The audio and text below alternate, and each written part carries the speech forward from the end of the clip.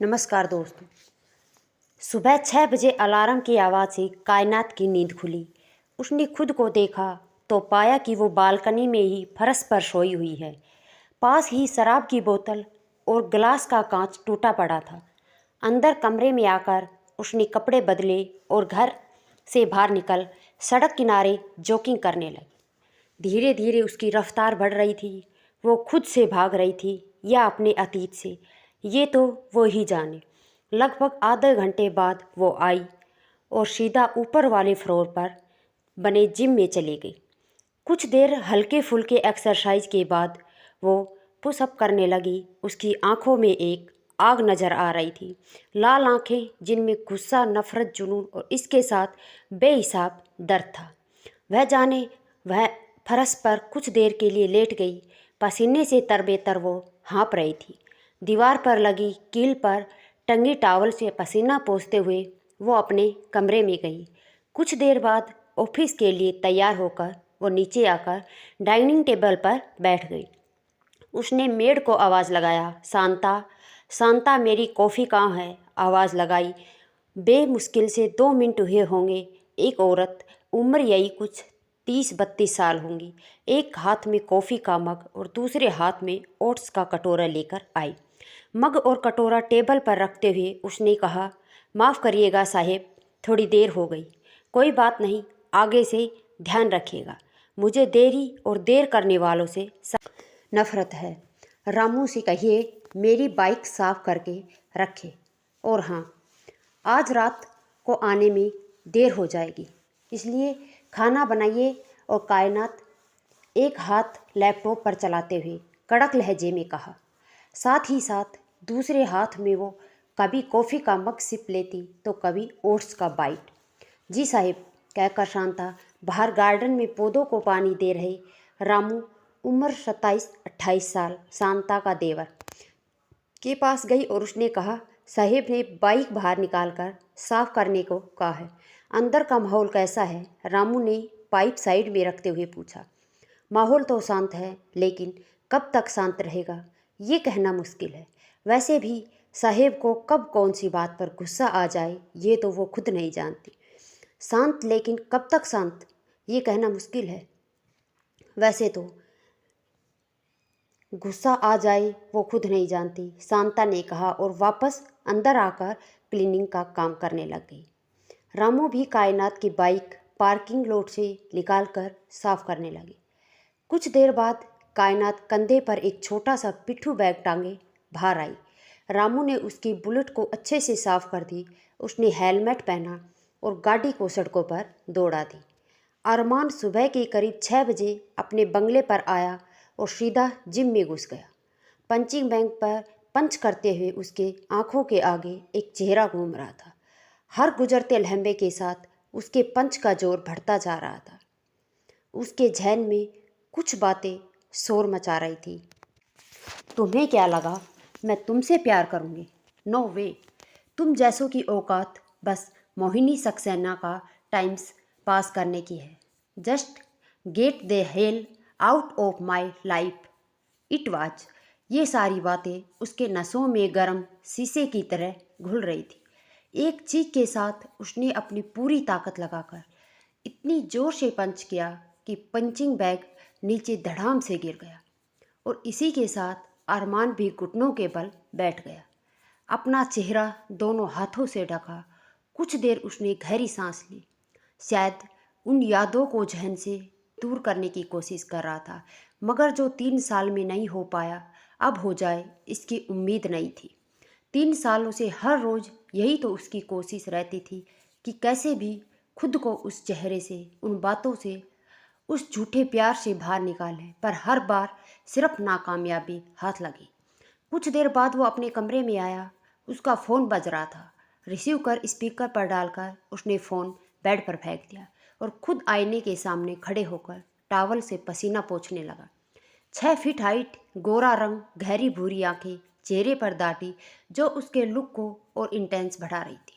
कसीला बदन, चौड़ा सीना, परफेक्ट एब्स जो ये बता रहा था कि उसने अपनी बॉडी पर बहुत ध्यान दिया है।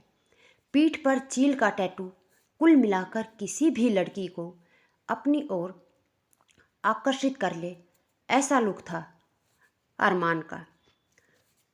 तुम एमी, तुझे याद है आज मिस्टर भाटिया के साथ मीटिंग है। सामने से सम्राट मिश्रा, अरमान के बचपन का दोस्त, ने कहा। हम याद है, मैंने प्रेजेंटेशन तैयार कर ली है, तू कोटेशन ले ले और घर आ जा, साथ में ही चलते हैं। अरमान ने कहा तो ठीक है, बोलकर सम्राट ने फ़ोन कट कर दिया। कुछ देर बाद अरमान तैयार होकर नीचे आया। देखा सम्राट हॉल में बैठे सोफे पर बैठा उसका इंतज़ार कर रहा था। अरमान ने नौकर को आवाज़ लगाकर नाश्ता लगाने को कहा। दोनों ने ब्रेकफास्ट किया और ऑफिस से रिलेटेड बातें करते हुए बाहर निकल गए। गाड़ी सम्राट चला रहा था। उसने कार एक बिल्डिंग के सामने रोकी और दोनों अंदर चले गए। मिस्टर भाटिया अपने कैबिन में दोनों का इंतजार कर रहे थे। मीटिंग शुरू हुई। अरमान की बनाई प्रेजेंटेशन सम्राट ने मिस्टर भाटिया को दिखाते हुए समझाया। कुछ देर की मीटिंग के बाद डील ठाकुर भाटिया कंस्ट्रक्शन को मिल गया। भाटिया के ऑफिस से निकलकर दोनों बाहर आए। ऑफिस के सामने ही एक कॉफ़ी हाउस थी। कॉफ़ी हाउस में बाहर खुले गार्डन में एक लड़का लड़की एक कॉफ़ी पी रहे थे। लड़की का हाथ लड़के ने थाम रखा था और बात करते हुए कई मर्तबा उसके हाथ को चूम रहा था। ऐसे देख हवा के झोंके की तरह अतीत की कुछ यादें उसे खुद में सरोवर कर गई। एक बार फिर जाना पहचाना चेहरा उसकी आंखों के आगे घूमने लगा। सम्राट ने जब उसे खोया देखा तो उसकी नज़रों की दिशा में देख समझ गया और अरमान के कंधे पर हाथ रखा तो अरमान ने तुरंत अतीत की कड़वाहट के साथ आंखों में नरमी उतरी नमी को पोंछा और अपनी लाल आंखों को छिपाने के लिए गोगल्स चढ़ाए। सम्राट ने चाबी लेकर उसने गाड़ी स्टार्ट की और गाड़ी को सड़कों पर दौड़ाने लगा। आंखों के कोरों से आंसू का एक कतरा गाल पर लुढ़क आया, जिसे पोंछते हुए उसने गाड़ी की रफ्तार बढ़ा दी। शायद वो अपने अतीत से भागने की कोशिश कर रहा था। दूसरी तरफ कायनात ने बुलेट एक रेस्टोरेंट के सामने रोकी और अंदर जाकर कोने वाली सीट पर बैठ गई। कुछ ही देर में एक लड़का आकर उसके सामने वाली चेयर पर बैठ गया।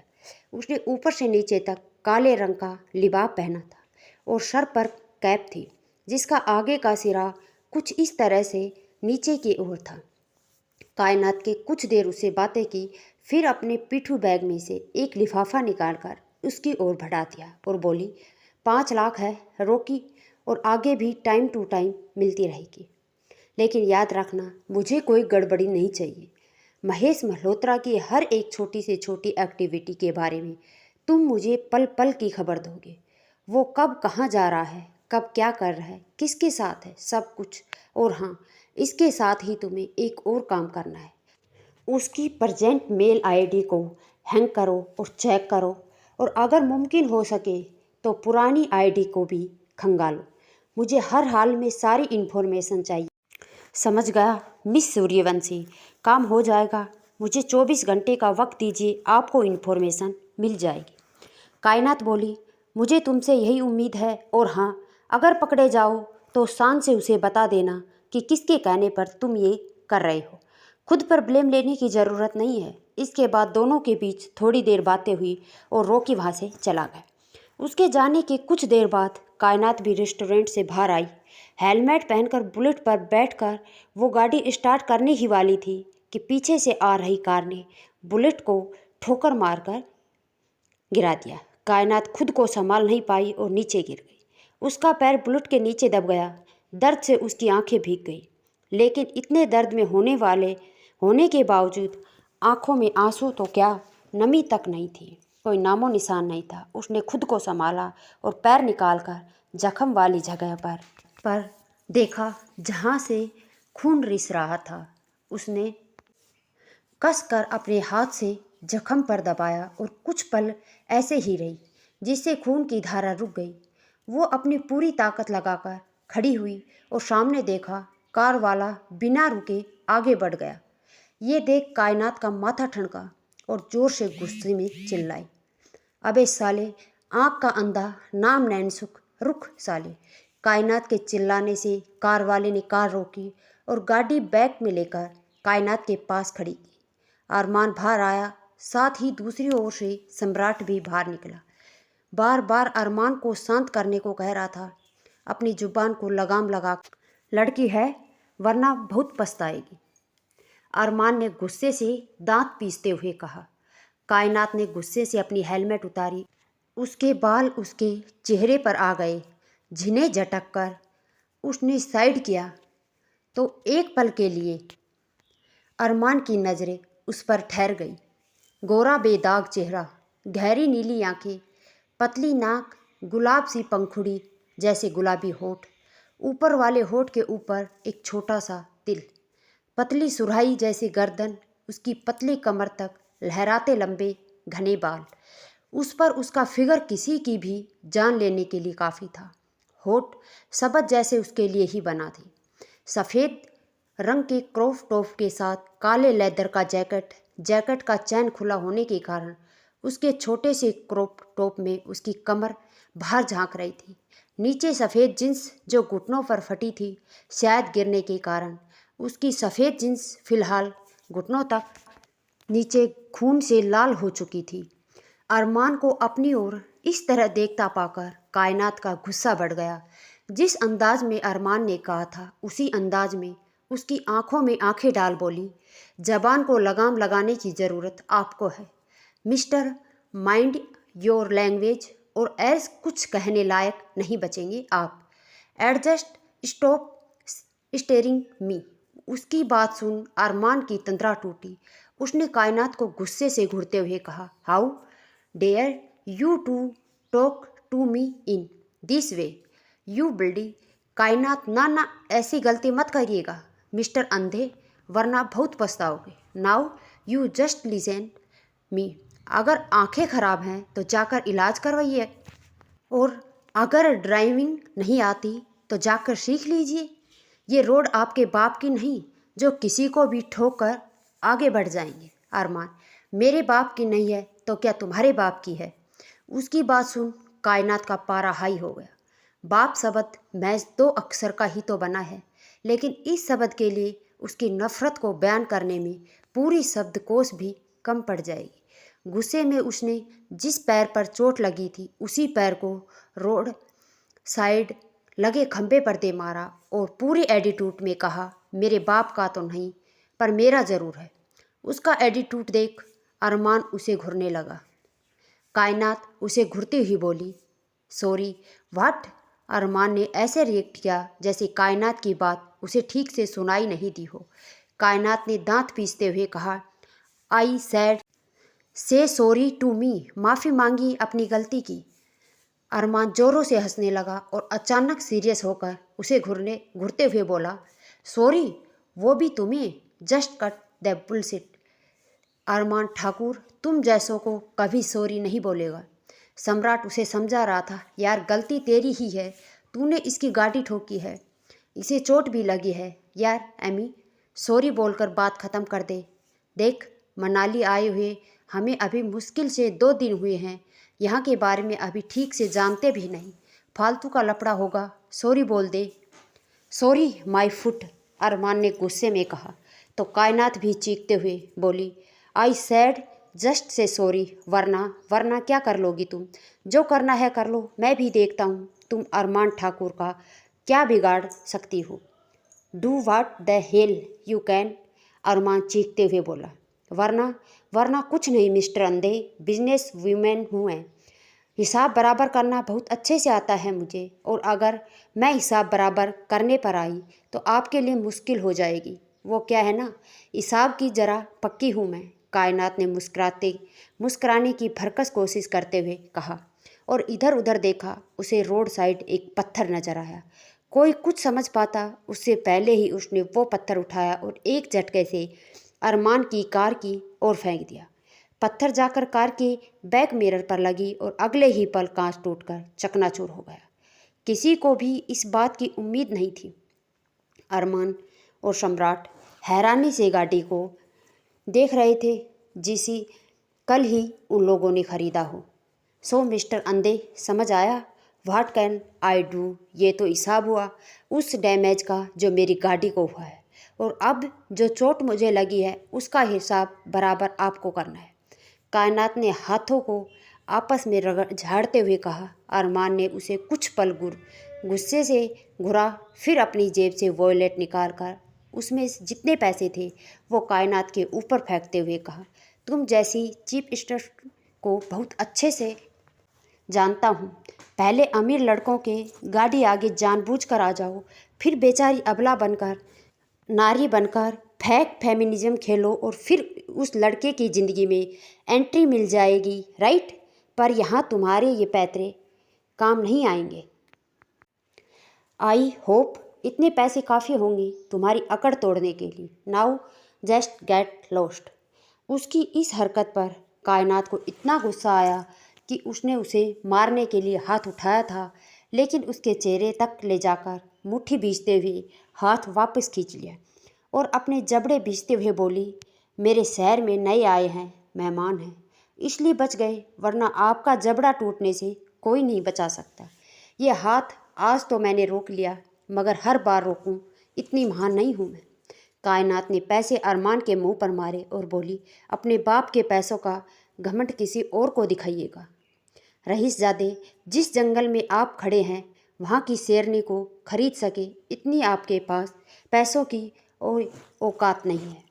हर शेरनी को काबू करने वाला एक शेर जरूर होता है, जिसके सामने उस शेरनी की सारी अकेड़ी हेकड़ी और औकात धरी की धरी रह जाती है।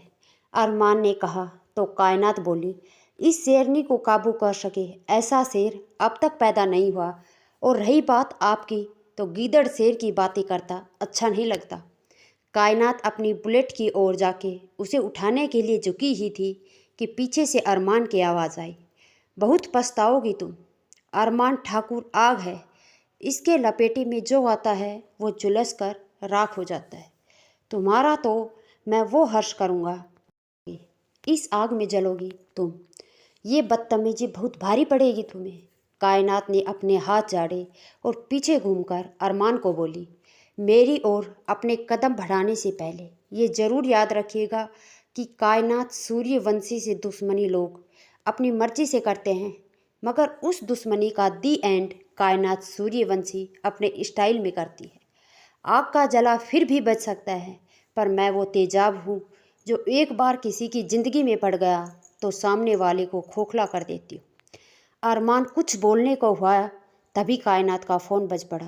कायनात ने अरमान को घूरते हुए फ़ोन रिसीव किया और बात करने लगी। उधर सम्राट अरमान को खींचते हुए कार में बिठा रहा था। नो मी लड़की है, छोड़ दे, देख तेरी वजह से उसे चोट भी लगी है, चल यहाँ से। अरमान को ज़बरदस्ती गाड़ी में बिठाकर सम्राट ने कायनात के पास जाकर कहा, उसकी तरफ से मैं माफ़ी मांगता हूँ, वो किसी बात से डिस्टर्ब था। कायनात ने उसे देखा, फिर अपनी नीली आंखें घुमाकर गाड़ी में बैठे अरमान को देखा, जो उसे जलती निगाहों से घूर रहा था। फ़ोन होल्ड पर रखकर कायनात बोली, आपकी कोई गलती नहीं है, so please don't be sorry. बस कोशिश करिएगा कि दोबारा आपके दोस्त मेरे सामने ना आए, वरना जो होगा वो बहुत बुरा होगा आपके दोस्त के लिए। कायनात ने वापस फ़ोन कान पर लगा लिया और अपनी सेक्रेटरी माया को कुछ समझाने लगी। सम्राट कार में आकर बैठ गया। अरमान ने गाड़ी आगे बढ़ा दी, लेकिन उसकी नज़रें अब भी फ्रंट मिरर को घूर रही थी, जिसमें कायनात नज़र आ रही थी। तो दोस्तों, आपको ये कहानी कैसी लगी? आज का पार्ट यहीं ख़त्म करते हैं, अगला पार्ट अगली वीडियो में। तब तक के लिए चैनल को सब्सक्राइब ज़रूर कर लें। धन्यवाद दोस्तों।